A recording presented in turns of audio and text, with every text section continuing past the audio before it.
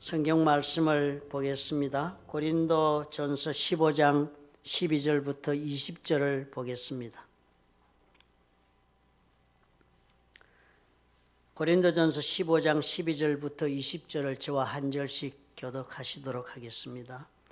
그리스도께서 죽은 자 가운데서 다시 살아나셨다 전파되었거늘 너희 중에서 어떤 사람들은 어찌하여 죽은 자 가운데서 부활이 없다 하느냐. 만일 죽은 자의 부활이 없으면 그리스도도 다시 살아나지 못하셨으리라. 그리스도께서 만일 다시 살아나지 못하셨으면 우리가 전파하는 것도 헛것이요 또 너희 믿음도 헛것이며 또 우리가 하나님의 거짓 증인으로 발견되리니 우리가 하나님이 그리스도를 다시 살리셨다고 증언하였음이라. 만일 죽은 자가 다시 살아나는 일이 없으면 하나님이 그리스도를 다시 살리지 아니하셨으리라. 만일 죽은 자가 다시 살아나는 일이 없으면 그리스도도 다시 살아나신 일이 없었을 터이요. 그리스도께서 다시 살아나신 일이 없으면 너희의 믿음도 헛되고 너희가 여전히 죄 가운데 있을 것이요. 또한 그리스도 안에서 잠자는 자도 망하였으리니 만일 그리스도 안에서 우리가 바라는 것이 다만 이 세상의 삶뿐이면 모든 사람 가운데 우리가 더욱 불쌍한 자이리라. 그러나 이제 그리스도께서 죽은 자 가운데서 다시 살아나사 잠자는 자들의 첫 열매가 되셨도다. 아멘.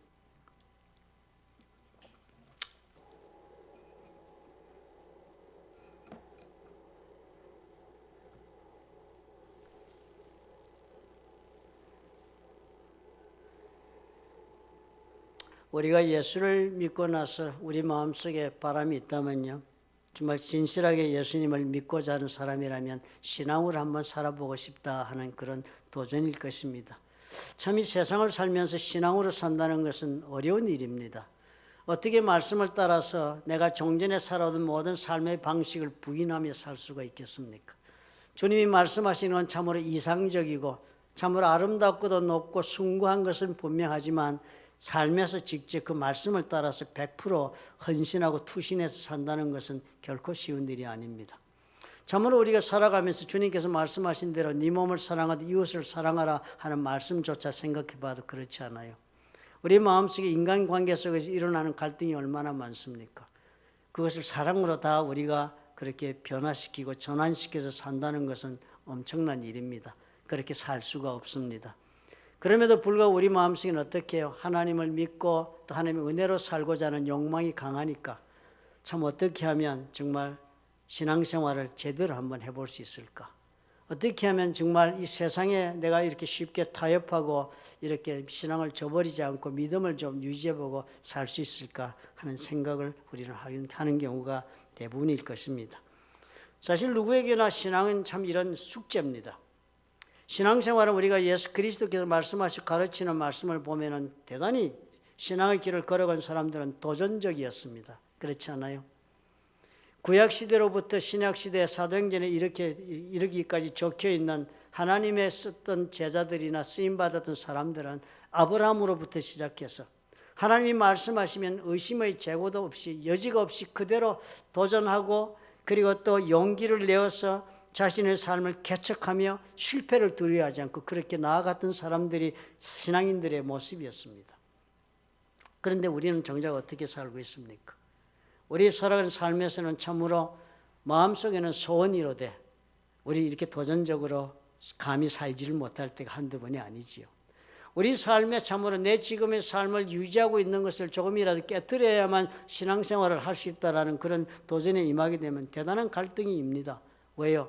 우리 눈앞에는 육체를 가진지라 생존해야 한다는 먹고 사는 문제가 닥쳤기 때문입니다. 알지요. 우리는 다 마음속에는 어떤 신앙생활을 해야 한다고 성경을 봐서 알고 말씀을 들어서 알고 그래서 합니다. 그러나 자식도 키우고 가정도 유지하고 그렇게 살다 보니까 말씀대로 도저히 실천할 수가 없다 하고 우리는 그렇게 신앙에서 좌절하게 됩니다. 그러다 보니까 우리는 신앙인으로서의 용기를 잃어버립니다. 우리는 예수를 믿지만 어떠한 하나님 앞에서의 패기도 없는 신앙인들이 되고 맙니다. 예수님은 승리하셨다고 찬송가를 부를 때마다 우리가 다시 그렇게 상기를 받지만 결코 우리는 승리자의 정신이 아니라 패배자의 정신, 아니면 도저히 할 수 없다는 그런 루즈의 그런 멘탈리티, 이런 것 가지고 신앙생활을 합니다. 예수를 믿어서 과연 여러분이나 저에게 좋은 것이 그렇다면 뭐가 있습니까? 죄의식만 날로 더 쌓아갈 따름인가요? 말씀대로 살지 못하니까 뻔히 알면서도, 뻔히 그렇게 살아야 된다는 걸 알면서도, 또 돌이켜보면 내가 하나님께 받은 은혜가 있는데도 나는 왜 그렇게 살지 못할까는 자책감이 생겨서, 예수 믿는 것이 우리가 고통입니다. 그렇지요? 마음의 기쁨으로 우리가 하루하루를 사는 것이 아니라 내 자신을 돌아보니까 이게 뭐야? 하나님 앞에서 부끄럽다 하는 생각도 들고, 그래서 우리는 예수 믿는 것으로 용기 있게 세상을 살기는커녕 고개를 숙인 채 교회를 그렇게 다닙니다. 사실 이런 믿음의 삶에서 어떻게 하면 우리가 탈출할 수 있겠습니까? 이 믿음은 우리 예수님께서도 그랬고 성경도 그러기를 선물이라 그랬는데, 그죠? 우리가 참으로 하나님 앞에 믿음을 선물로 받았다면 정말 주님이 기뻐하시는 모습으로 살 수 있는 것이 정상이 아닌가라는 생각을 수도 없이 하지만 우리는 그 담을 넘지 못하고 맙니다. 텔레비를 틀면 새롭게 하소서니 뭐 이런 좋은 간증 프로그램 들으면 놀라운 간증인들의 이야기 있습니다. 가만히 들어보면 나 빼고 다 신앙에 성공하는 것 같아 보이는데 나는 왜 안 될까? 그런 생각이 우리 성도들의 삶 속에서 늘 파도처럼 그렇게 밀려오는 것이 신앙의 현실이 아닌가, 저는 그렇게 생각을 합니다. 우리 주님께서 선물로 주시는 신앙에는 두 가지 신앙이 있습니다. 그 중요한 두 가지 신앙의 하나는 십자가 신앙입니다. 십자가 위에서 예수 그리스도께서 무엇을 했다 하는 것을 믿는 신앙입니다. 우리 주님께서 아무 죄가 없음에도 불구하고 사람의 몸으로 오셔서 죄 없는 사람의 몸을 입고서 십자가에 매달려서 그 목숨을 내놓으시고 물과 피를 다 쏟으신 그 십자가 그 사건은, 십자가에 돌아가신 그 사건은, 그렇게 돌아가심으로 우리의 죄를 대신 지고 돌아가신 유월절 어린 양으로 죽으셨어. 그리고 그의 죄가, 그의 돌아가심으로 우리의 죄가 사함을 입었다 하는 것을 믿는 신앙이 십자가 신앙입니다. 이 십자가 신앙이 있어서 우리가 예수를 믿게 되었고, 십자가 신앙이 있어서 오늘 우리가 이 예배 자리에 와서 앉아 있을 수 있는 은혜를 입습니다. 그러므로 예수를 믿는다면 이 십자가 신앙에서 철두철미해야 할 것입니다.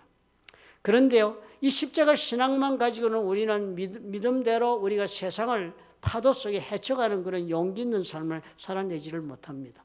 죄는 용서받았고 하나님 앞에 의롭다함을 입어서 건짐을 입었지만, 그렇지만 여전히 나의 삶 가운데 나에게 도전하고 파도처럼 밀려 들어오는 그런 문제 가운데서 나는 도대체 저항하고 싸워 이길 수 있는 힘은 이 십자가 신앙에서는 얻을 수가 없는 것입니다. 구원은 받았어요. 지나간 모든 내 삶에 대한 청산은 이루어졌습니다. 그래서 오늘은 살 수 있다고 삶의 기회를 내가 하나님 앞에 받았습니다. 여기까지가 십자가 신앙인 것입니다. 그러므로 우리가 오늘 주님 앞에 예수 그리스도를 믿는 사람으로 서기 위해서는 이 십자가 신앙이 절대적으로 필요합니다. 그렇지만 이것으로 우리가 내일을 살아가는 힘과 용기와 능력은 얻지를 못합니다. 십자가에는 놀라운 능력이 있음에도 불구하고 이 신앙으로 우리가 머물기 때문입니다. 중요한 것은 우리가 믿음으로 받아야 할 신앙은 부활의 신앙입니다.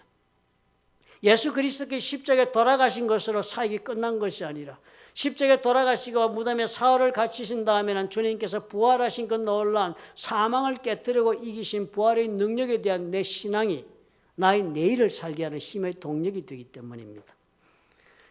사실 우리가 이 부활의 신앙이 없다면 우리는 내일에 대한 하나님 앞에서의 어떤 믿음도 기대도 가질 수 없는 까닭에 우리의 오늘의 삶에 용기를 낼 수가 없고, 오늘의 삶이 참으로 믿음이 없는 자와도 별반 다를 것이 없는 그런 삶을 살아가고 말게 하는 원인이 되는 것입니다.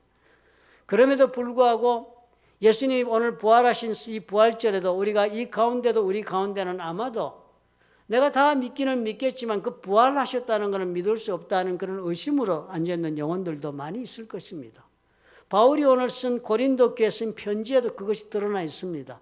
바울 당시에는 이미 많은 사람들이 예수 그리스도께서 죽으셨다가 부활하신 것을 목격한 사람들이 살고 있던 때였습니다.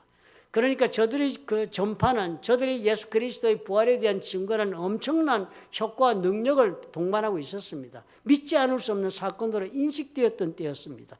그런데도 불구하고 오늘 읽은 구절을 보니까 바울이 세운 고린도 교회, 예수를 믿어가지고 예수님의 제자가 되는 길을 따라가며 살겠다고 작정하고 모여든 그 성도들 향하여서 바울이 이렇게 편지를 보낸 것입니다.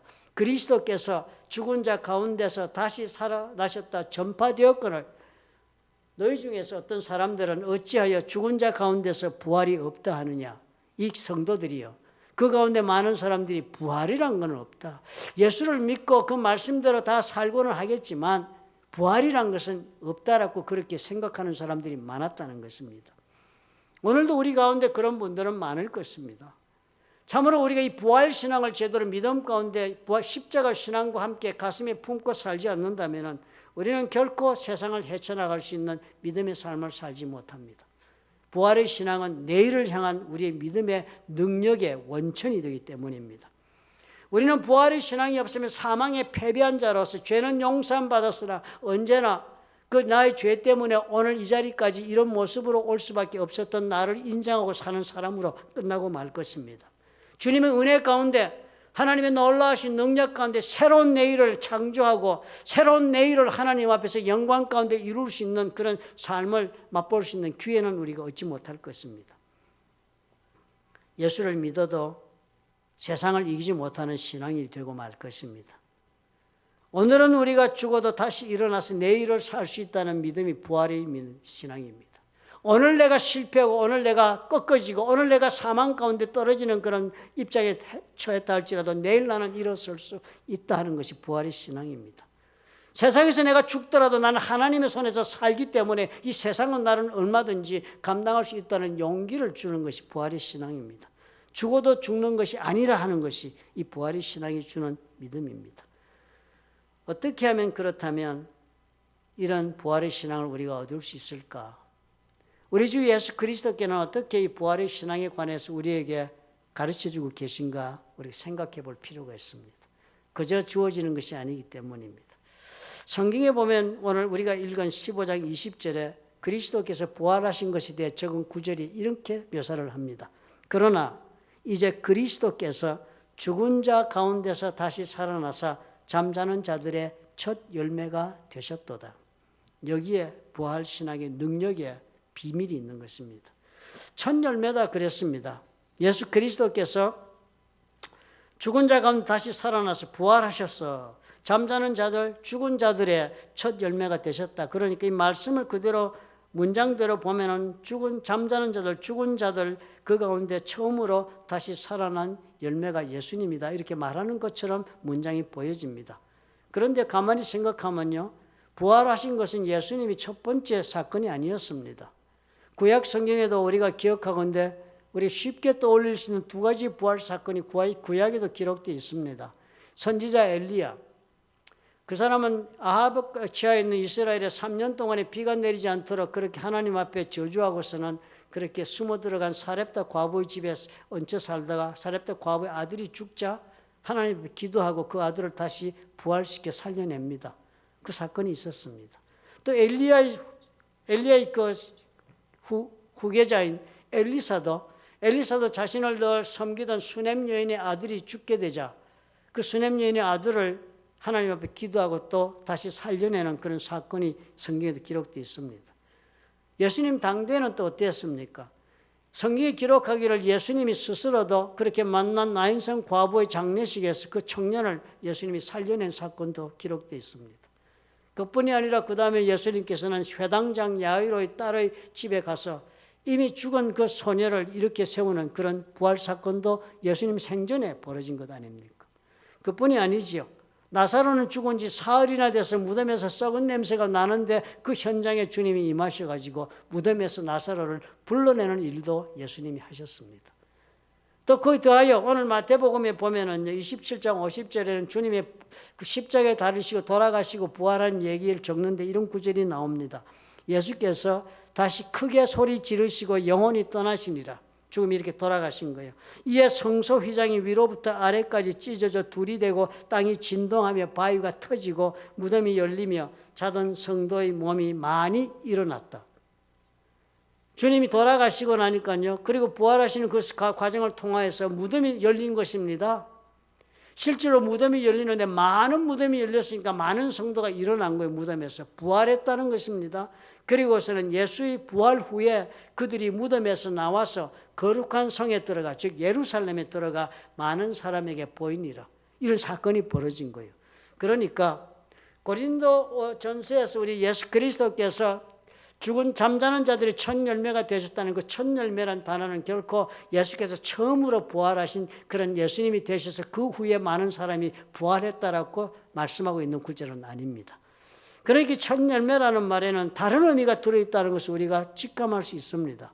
그 의미를 우리가 이해하기 위해서는 구약 성경을 찾아볼 수밖에 없습니다. 구약 성경에 보면 이 첫 열매라는 단어가 처음으로 등장하는 것이 출애굽기 23장 16절에 이렇게 기록 나옵니다. 23장 16절에 모세가 하나님으로부터 받은 절기를 설명하는 가운데 나오는 절기가 이런 절기가 나옵니다. 맥추절을 지키라. 이 맥추절이 영어로 보면요, Festival of Harvest니까 추수절이라고 봐야 되겠습니다. 추수한 다음에 잔치를 벌리니까 한국의 추석 같은 잔치입니다. 그런 맥추절을 하나님 앞에 지키라. 이는 네가 수고하여 밭에 뿌린 것의 첫 열매를 거둠이니라. 밭에 씨를 뿌려 농사를 짓거든요. 그 첫 작물이 있는 것이 한꺼번에 동시에 다 물 익지 않지 않습니까? 벼가 익기 시작할 때도 보면 벼가 먼저 익고 서서히 나머지 다 익고 해서 이 완전히 추수하는 시간이 경과합니다. 그런데 제일 먼저 익은 첫 열매, 그 첫 열매를 보거든 그것을 가지고 와서 하나님께 드리고 맥추절을 지키라. 하나님 앞에 추수의 감사한 그런 잔치를 벌리라 그랬습니다. 느헤미야서 10장 35절에 보니까요, 해마다 우리 토지 소산의 만물과 각종 과목의 첫 열매를 여호와의 전에 드리기로 하였다. 그랬으니까 이 이스라엘 백성들이 하나님이 요구하신 것은요, 씨를 뿌리고 농사하거나 나무에 무슨 과목을 가꾸거나 했을 때 처음으로 열매가 딱 보이면 그거 빨리 떼어가지고 하나님 앞에 가지고 와서 예물로 바치라 하는 것입니다. 이것이 첫 열매의 의미입니다. 그러니까 이 첫 열매라는 것은 우리 하나님 앞에서 왜 이 사람들이 드리라고 하나님 그렇게 말씀하셨겠습니까?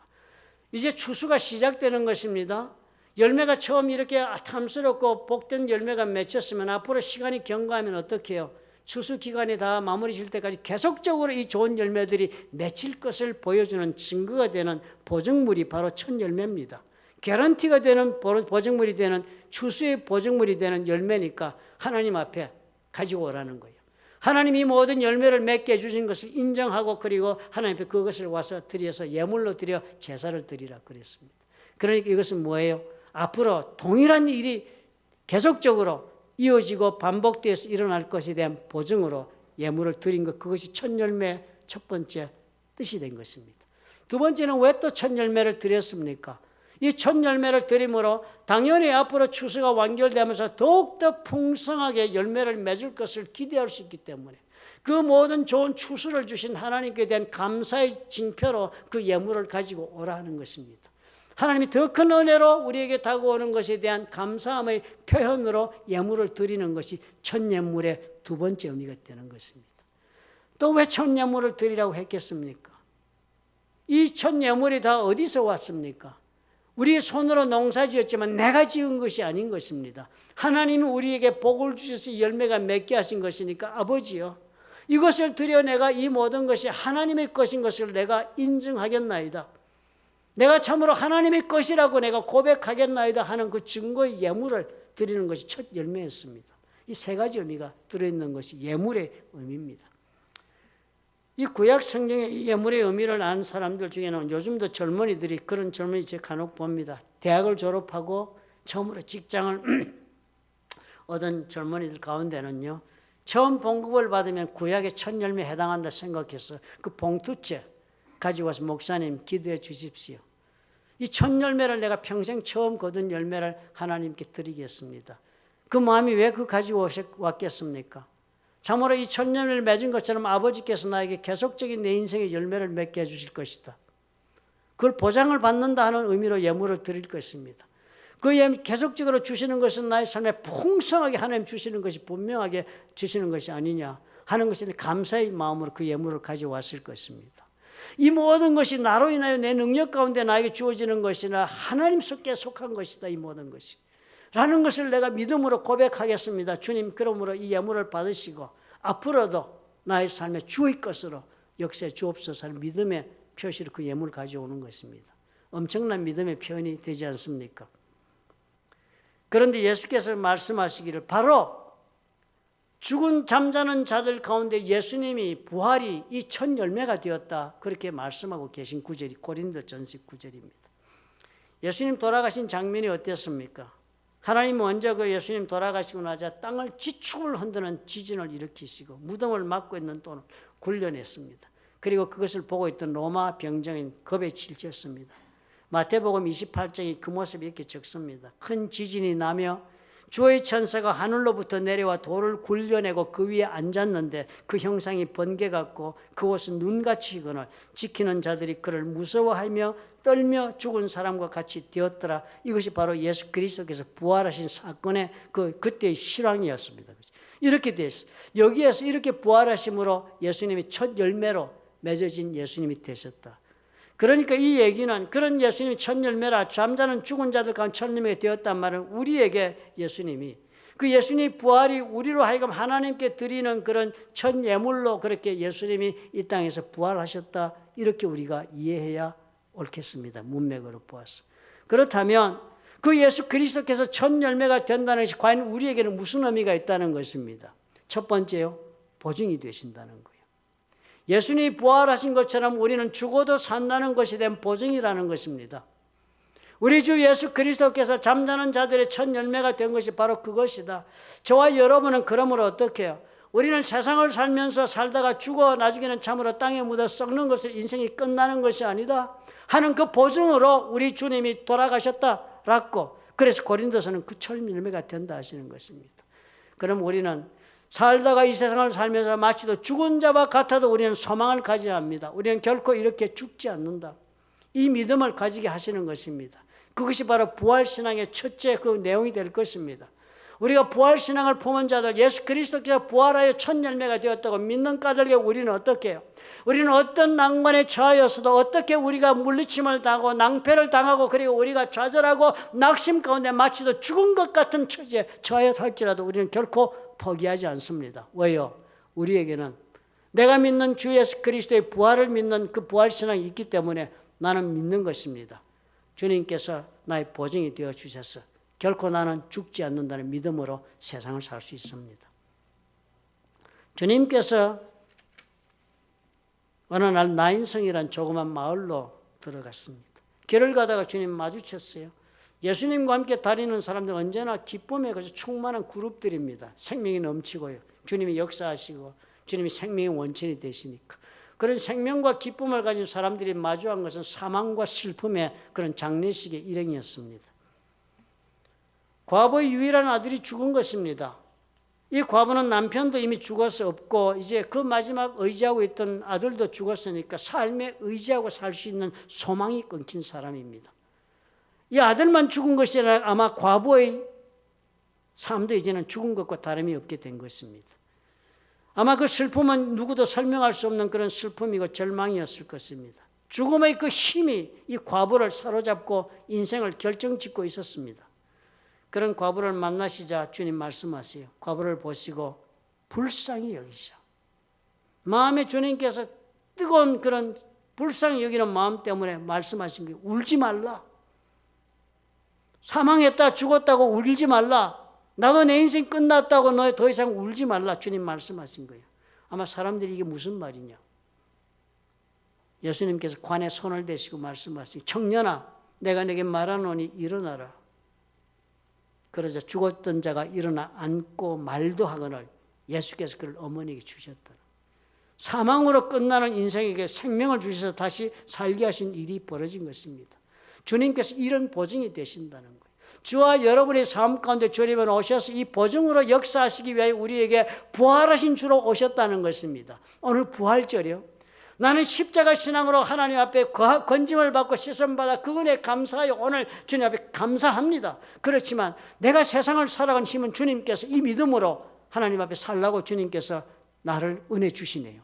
나로 부활을 하시는 예수님 믿어서 내가 어떤 입장과 환경 가운데 절망과 사망 가운데 있더라도 주는 나에게 생명을 주실 수 있다는 것을 믿는 그 신앙이 부활의 신앙이기 때문입니다.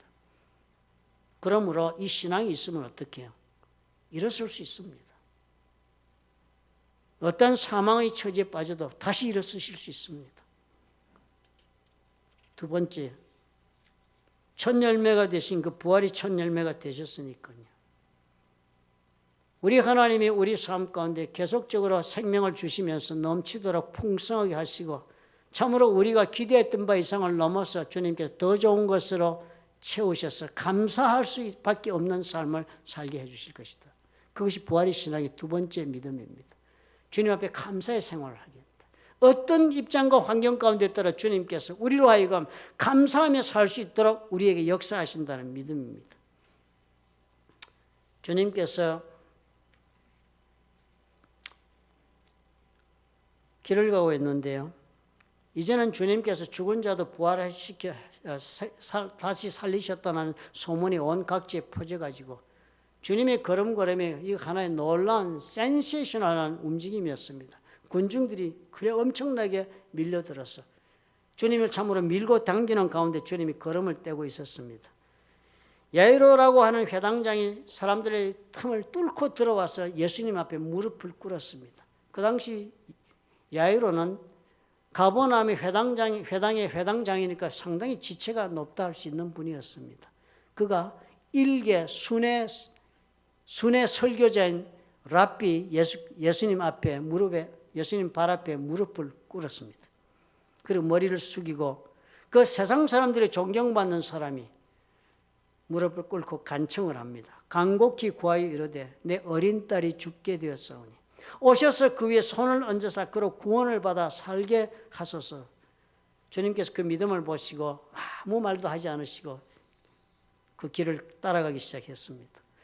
회당장 야이로는 아마 시간을 다투는 일이었을 것입니다. 죽어가는 딸을 보고 왔으니까요. 그런데 그렇게 걸어가는 예수님의 걸음이 난데없는 여자로 해서 지체되기 시작을 했습니다. 12의 혈루증을 안고 있던 여인 때문이었습니다. 그인이 밀고 당기는 가운데를 어떻게든 파짓고 들어와서 예수님의 옷에 손을 대었다. 그래서 그 사람이 즉시로 그 혈루의 근원이 마른 것을 앓고 두려움 가운데 그렇게 주님 앞에 서는 그런 놀라운 일이 벌어진 것입니다. 주님은 수많은 사람들이 밀고 있는 가운데서 돌아보시면서 누가 내 옷에 손을 대었느냐 알았고 주님의 몸에서 능력이 빠져나간 것을 깨닫고 주님 물었습니다. 행렬은 완전히 멈추고요. 제자들은 말했습니다. 사람들이 이렇게 서로 밀고 당기고 있는데 예수님 몸에 손을 누가 대었냐고 질문하시다니요. 한두 사람이었겠습니까? 그랬습니다. 그런데요, 그 가운데서 예수님은 유독 혈류병 여인의 그 믿음을 보시고 그를 인정하시고 그에게 하나님 예수 그리스도께서 은혜를 주시고 복을 주시며 치유하시고 이러는 가운데 회당장 야이로 딸은 더 이상 예수 그리스도를 기다리지 못하고 죽고 말았습니다. 아직 예수께서 사람들과 혈류병 걸린 그 나은 여인과 말씀을 하고 있을 때 회당장의 집에서 사람들이 와서 회당장이 이르되 당신의 딸이 죽었나이다. 어찌하여 더 선생을 괴롭게 하나이까. 야이로에게 마지막 소망조차 사라진 것입니다. 마지막 이제 예수 그리스도를 모시고 가면 내 딸은 살릴 수 있을 것이라는 신락 같은 희망을 품고 나인성 과부의 아들도 살려주신 예수님이니까 내 딸을 살려주실 수도 있다는 믿음을 가지고 거기 소망을 걸고 왔는데요. 그 소망이 일시에 깨어지고 말았습니다. 낙심한 그 회당장을 보고 예수께서 위로하셨어요. 예수께서 그 하는 말을 곁에서 들으시고 회당장이 이러시되 두려워하지 말고 믿기만 하라. 놀라운 말씀을 하시고는 그 회당장의 집에 가서 통곡하는 사람들을 다 무시하고 소녀가 죽어있는 방으로 그렇게 들어갔습니다. 들어가서 그 사람들에게 말씀하시기를 너희가 어찌하여 떠들며 우느냐 이 아이가 죽은 것이 아니라 잔다 하더니 모든 사람들이 조소했습니다. 그들이 비웃더라. 모든 사람들이 비웃었습니다. 예수께서 그들을 다 보내신 후에 아이의 부모와 또 자기와 함께한 자들을 데리시고 아이 있는 곳에 들어가서 그 아이의 손을 잡고 이르시되 달리다 쿰 하시니 번역하면 곧 내가 내게 말하노니 소녀야 일어나라 하심이라. 그랬더니 어떻게 해요? 소녀가 곧 일어나서 걸으니 그 나이가 12살이라. 사람들이 크게 놀라고 놀랐다.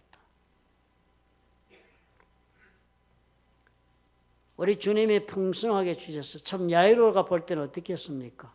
전혀 소망을 잃고 기대하지 않았던 놀란 은혜를 입은 것입니다. 우리 주 예수 그리스도께서 부활의 능력으로 우리 삶 가운데 주시는 은혜는 이런 것입니다. 우리는 참으로 믿음으로 걸어가다가도 우리는 절망하기 쉽고, 믿음으로 걸어가다가도 우리는 하나님 앞에 좌절하고 낙심하고 우리의 소망이 끊겨서 마치도 우리는 죽은 자와도 같다는 그런 욥의 신음이 있는 삶이 되었다 할지라도 주님 말씀하시는 거예요. 나는 첫 열매가 되었다. 그래서 어떻게 해요? 풍성한 것으로 예수 그리스도께서 우리의 삶을 다시금 반전시키시고, 그래서 우리가 감사하지 않을 수 없도록 주님이 만드신다는 것이 부활신앙을 가진 제 두 번째 믿음의 내용인 것입니다. 어떠한 입장과 환경 가운데 처해도 저와 여러분이 이 신앙을 가지면 어떻게 우리는 감사할 수 있는 삶을 살 것이다 하는 것이 주님이 우리에게 주신 약속이 있습니다. 세 번째요. 예수님의 이 부활 첫 열매가 되는 것은 모든 이 세상 만물이 예수님의 것이라는 것의 확인입니다. 모든 것이 예수님의 것이라는 것의 확인은 빌립보서 2장 10절에 이렇게 적혀 있습니다. 하늘에 있는 자들과 땅에 있는 자들과 땅 아래에 있는 자들로 모든 무릎을 예수 이름에 꿇게 하시고 모든 입으로 예수 그리스도를 주라 시인하여 하나님 아버지께 영광을 돌리게 하셨느니라. 이것이 우리 주 예수 그리스도께서 부활하신 예수 그리스도께서 마지막으로 다 완결지으시는 사역의 모습을 빌립보에 이렇게 적은 것입니다. 모든 만물이 이제는 예수님 것이기 때문에 하나님의 것이기 때문에 회복으로 완성된다는 것입니다. 모든 만물이 주님 앞에 그래서 회복되어 우리 주님 앞에 영광을 돌리는 것으로 마무리 지어진다는 것이 바로 이 주님의 부활의 첫 열매 내용인 것입니다. 그러므로 이 말씀 무엇을 뜻합니까? 우리 주님이 결국 승리한 삶을 우리에게 안겨주신다는 것을 약속하고 계신 내용이 되는 것입니다. 예수님께는 절친한 친구들이 있었습니다. 나사로와 그리고 마리아, 마르다 가족들이었습니다. 예루살렘의 동편 감람산 건너편에 베다니니까 예루살렘에서 약 1마일 내지 2마일 가까운 거리에 베다니가 있습니다. 그래서 주님은 예루살렘 가까이 오거나 갈릴리로 가거나 할 때는 베다니에 있는 나사로의 집에 들어서 묵기도 하고 대접도 받고 휴식도 취하고 그렇게 했습니다. 그래서 마리아와 마르다와 나사로는 참 가까운 절친한 그런 사이였습니다. 그런데 이날은 예수께서 요단강 건너편 먼 지역에서 베다니와 떨어진 곳에서 사역을 하고 계셨을 때였습니다. 예수님께서는 종교 지도자들과 갈등을 피해서 요단강 건너편으로 가셔서 사역을 하시고 계실 때였습니다. 그런데 그런 예수님이 베다니 멀리 있는 곳에 친구 나사로가 아프다는 연락이 온 것입니다. 요한복음 11장 3절에 이렇게 적었습니다. 이에 누이들이 마리아와 마르다가 말하는 그 누이입니다. 이에 그 누이들이 예수께 사람을 보내 이르되 주여 보시옵소서 사랑하시는 자가 병들었나이다. 나사로가 심각하게 지금 위중한 병을 앓고 있으니까 주님 병들었습니다. 소식을 전하는 것은 빨리 오셔서 고쳐주옵소서 하는 간절한 마음을 담은 소식이었습니다. 마음에 아마 이 사람들은 조금 더 의심하지 않았을 거예요. 마리아와 마르다는요. 우리가 어떤 사이인데요, 예수님과. 길 가는 사람도 돌보시고 길 가는 사람도 만나가지고 부활시켜 주신 예수님인데 나사로 우리가 어떤 관계인데 하는 그런 아마 예수님과의 그런 관계 속에서 기대를 하고 있었을 것입니다. 그런데 예수님은 정반대로 행동을 하셨습니다. 저들의 기대와는 전혀 반대의 모습을 보여주십니다. 나사로가 병들었다 함을 들으시고 그 계시던 곳에 이틀을 더 유하셨다. 빨리 털고 일어나 가셔도 그럴 판인데 오히려 더 계신 것보다도 이틀을 더 연장해서 머물고 계셨습니다. 사람들이 의아하게 생각했습니다. 그거 빨리 가야 한다고 제자들이 얘기를 하자 주님이 답을 해요. 이 병은 죽을 병이 아니다. 하나님의 영광을 위함이요 하나님의 아들이 이로 말미암아 영광을 받게 하려 합니다. 그러면서 이틀을 머무적거린 것입니다. 이해할 수 없는 행동을 하셨어요. 예수님이 무슨 생각을 하고 있는지 알 수 없는 그런 일이 벌어지고 있었습니다. 자신의 계획에 따라 예수님은 자신의 방법대로 자신은 뜻을 따라 행하시는 분이 예수님이시기 때문입니다. 그래서 예수께서 베다니에 도착했을 때 이미 나사로는 죽은 지 나흘이나 되어서 무덤에 묻혔습니다. 마리아는 너무나 당혹스러워서 예수님이 마을 입구에 왔다는 소식을 들었지만 예전 같으면 달려나왔을 마리아가 나오지도 않았습니다. 마르다는 주님을 맞으러 나오긴 했지만 가슴속에 원망을 잔뜩 안고 나왔습니다. 오빠를 죽게 한 예수님에 대하여. 마르다가 예수께 여짜오되 주께서 여기 계셨다면 내 오라버니가 죽지 아니하였겠나이다. 예수님이 억울한 그 마음을 토로했습니다. 계셨더라면 오빠가 안 죽었을 텐데.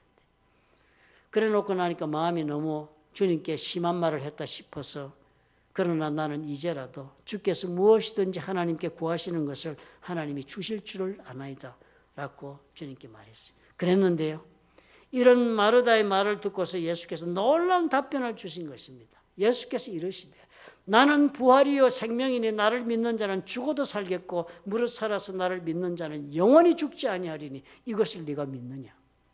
놀라운 말씀하신 거예요. 이제 부활은 어떤 것입니까? 주님의 능력으로 부활이 일어나는 이런 사건이 아닙니다. 이제는 주님이 말씀하신 것은 내가 그 부활이다.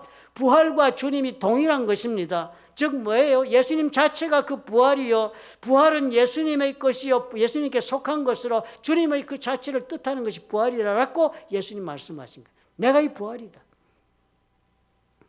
나사로 무덤 앞에 수많은 군중들이 모여들었습니다. 예수께서 이 나사로를 얼마나 사랑하는지를 군중들은 다 알고 있었습니다. 그 가운데 예수님은 이 죽음을 맞이한 죽음의 사망의 굴하고만 그 사람을 생각하고 그 사람들의 운명을 생각, 주님은 참으로 하나님 앞에서 애통한 마음으로 우셨다. 성경이 그렇게 적습니다. 그런 주님은 명령하여 돌을 옮기라 하시고는 지금은 썩은 냄새가 심할 것이라는 마르다의 만류에도 불구하고 주님은 네 말이 내가 믿으면 하나님의 영광을 보리라 하지 아니하였느냐. 그리고 큰 소리로 나사로야 나오라 그렇게 부르시니까 죽은 자가 수족을 베러 동인체로 나오는데 그 얼굴은 수건에 쌓였더라. 완전히 예수 그리스도의 그 명령에 완전히 그저 복종한 채로 그 시체가 걸어서 나온 모습을 지금 보는 것입니다. 부활하였다는 이 사실을 넘어서서 완전히 예수 그리스도의 명령에 이 모든 순종하고 움직이고 있는 그 모습을 보게 된 것입니다. 그래서 주님께서 풀어놓아 다니게 하라 해서 나사로가 생명을 누리게 했습니다.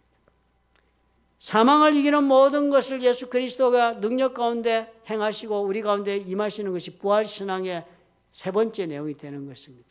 우리는 결코 어떤 인생 모습으로 어떤 인생을 경영하고 어떤 자리까지 그 사람이 우리 인생을 살았다 할지라도 이 세상을 대해 우리가 어떤 모습으로 성공하고 실패하고 오르르며 내리며 그리고 아픔을 겪고 그리고 기쁨을 누리고 그리고 찬양하며 어떤 때는 신음하며 감사하고 어떤 때는 참으로 우리가 좌절하고 그렇게 산다 할지라도 결국은 우리는 반드시 주님의 손에서 주님이 승리하신 까닭에 우리도 승리한다는 그 승리의 약속이 우리 삶에 있다는 것이 부활신앙의 요체인 것입니다. 그러므로 우리는 이해할 수 없는 인생을 살고 맙니다. 이 세상을 사는 동안에 이 세상을 살면서 이해하고 모든 것을 다 판단하고 해석하면서 살 수 있는 자가 누가 있습니까? 아무리 신앙이 좋다 그래도 우리는 내가 알지 못하는 인생길을 걸어가게 되고 내가 알지 못하는 일을 감당하며 내가 알지 못하는 일을 당하면서 우리가 사는 것이 우리의 삶이 아니던가요? 그러면서 우리는 죽음의 자리까지 우리는 몰려가서 참으로 내가 상상하지 않는 모습으로 어쩌면 죽음의 자리에 설지도 모른다는 두려움 가운데 우리는 사는 것이 우리 인생인 것입니다. 그러나 그럼에도 불구하고 우리 주 예수 그리스도께서 부활하셔 첫 열매가 되신 까닭에 우리는 어떻게 해요? 그 모든 것을 통해서 주와 함께 승리한다는 것이 주님께서 우리에게 주신 약속인 것입니다. 이것이 부활신앙의 내용인 것입니다. 그러므로 우리가 이 신앙을 얻어야 해요. 우리 하나님 앞에 이 부활신앙의 믿음을 얻어야 합니다. 이 믿음을 선물로 받아야 하는 것입니다. 믿음은 선물이라 하셨으니까요. 그러므로 우리가 하나님 앞에 열심으로 십자가 신앙과 부활의 신앙을 우리가 품고 하나님 앞에 걸어가도록 하나님의 은혜를 구해야 할 것입니다. 나의 힘으로도 못하고 능으로도 못하는 주여 나에게 이 믿음을 주옵소서.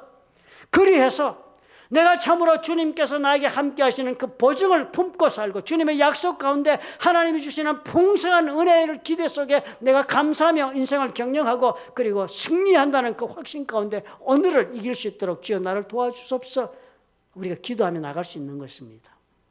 이 부활의 신앙이야 우리 예수께서 우리에게 허락하시는 한 우리는 용기 있는 신앙인, 우리는 참으로 나의 힘으로 못한다 할지라도 나는 부족한 사람이라 할지라도 아브라함처럼 그리고 우리는 야곱처럼 그리고 사도행전에 나오는 제자들처럼 우리 삶을 살 수 있는 기회가 생기는 것입니다. 도전할 수 있습니다. 좌절하지 않을 수 있고 새롭게 일어서서 우리 주를 바라보며 믿음 가운데 내 인생을 시작할 수 있습니다. 믿으시면 아멘 하시기 바랍니다. 좋으신 아버지 하나님 감사합니다. 오늘 부활의 주일을 맞아서 우리 모두가 다 새롭게 이 신앙을 가슴에 새기게 도와주옵소서. 우리 주 예수 그리스도의 부활이 죽은 자 가운데 첫 열매가 되셔서 우리에게 주신 이 세 가지의 약속을 우리가 기억하고 믿음 가운데 담대하게 도전하며 실패를 두려워하지 말고 또 담대하게 하나님 앞에 걸어갈 수 있도록 우리 아버지여 축복해 주시옵소서. 예수님 이름으로 기도합나이다. 아멘.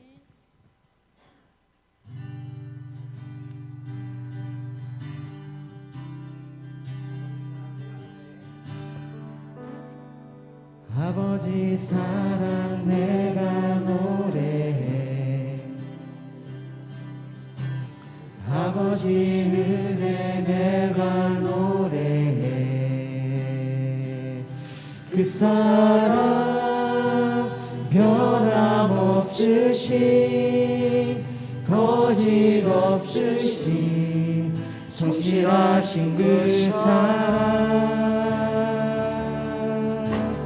사랑할 때 꺾지 않으시는 꺼져가는 등불 끄지 않는 그 사랑 변함없으신 거짓 없으신 성실하신 그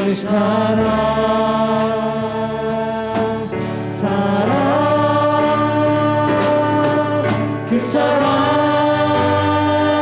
날 위해 주신, 날 위해 다시 사신 예수 그리스도, 다시 오실 그 사랑, 죽음도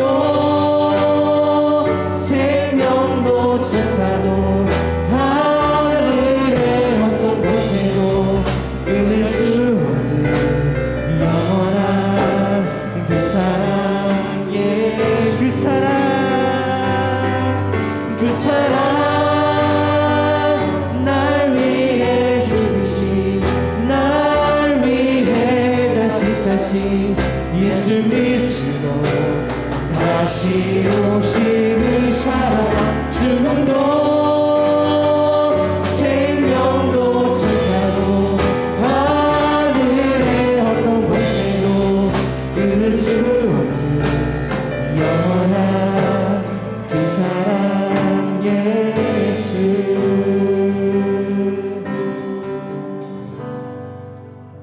좋으신 아버지 하나님, 부활하신 우리 주 예수 그리스도를 우리가 믿는 까닭에 우리의 삶이 참으로 신앙 가운데 도전적이며 그리고 적극적이고 그리고 실패를 두려워하지 않는 담대한 믿음의 삶을 살 수 있도록 아버지께서 인도해 주옵소서. 주를 믿고 부활하신 예수 그리스도의 그 믿음 가운데 우리가 일어서서 하나님 앞에 아버지여 참으로 이런 믿음의 삶을 우리가 용기 있게 경영하여 세상이 감당치 못하는 삶을 살기를 원합니다. 아버지여 도와주시옵소서. 오늘 이 믿음을 가슴에 품고 하나님 앞에 아버지 앞에 결단하고 일어선 하나님의 사랑하는 자녀들과 그들의 생업과 가정 위에 보혈로 값지고 세우신 풀러튼 좋은 교회와 파송하신 선교사들 위에 우리 주 예수 그리스도의 무한하신 은혜와 아버지 하나님의 극진하신 사랑과 보혜사 성령님의 교통하심이 지금부터 영원토록 함께 하실지어다.